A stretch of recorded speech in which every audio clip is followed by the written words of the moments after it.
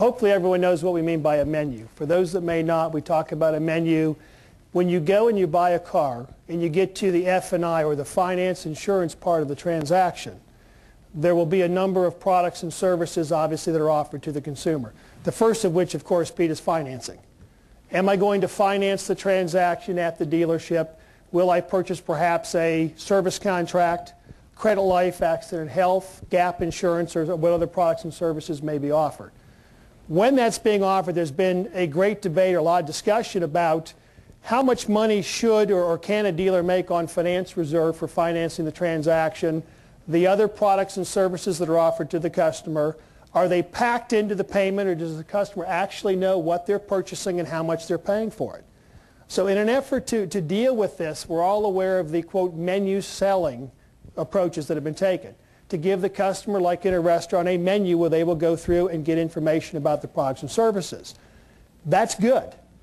The question then is are you merely using the menu to convey information to the customer, which, as I've referred to as the old 100% rule, all of the products being offered to all of the customers all of the time. So I've got information to the customer, and that's good. It's going to help me have a more consistent approach to the customer with information, helps ensure the customer gets that information. I'm still going to have to rely on the actual paperwork from the transaction, and that's where problems start to arise.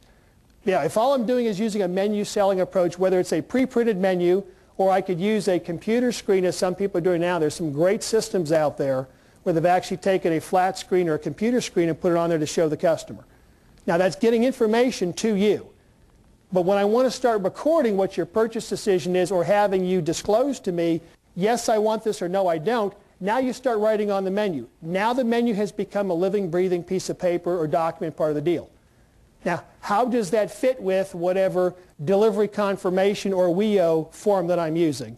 How do I integrate those statements into the purchase agreement that I have? Those are the problems that get created. So the first step is to figure out what is the menu and how am I going to use it. That's a problem. The second issue that I'll deal with that is outside of the menu and its use, the menu's construction. How many times have we seen a menu put together where it's got 4 different packages? Am I buying a package? No, I'm buying individual products and services.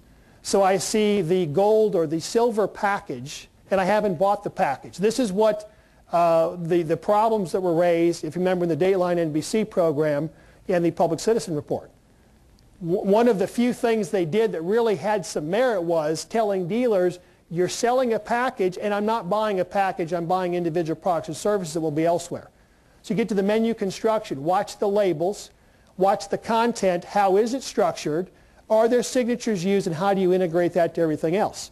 So the menu selling approach is a good one. It's no different, though, than if you had somebody well-trained and using a sales presentation.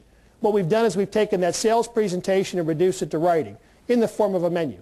It's a written presentation. The question is that presentation that has to be consistent with the advertising and promotional materials and the other documentation used in the deal.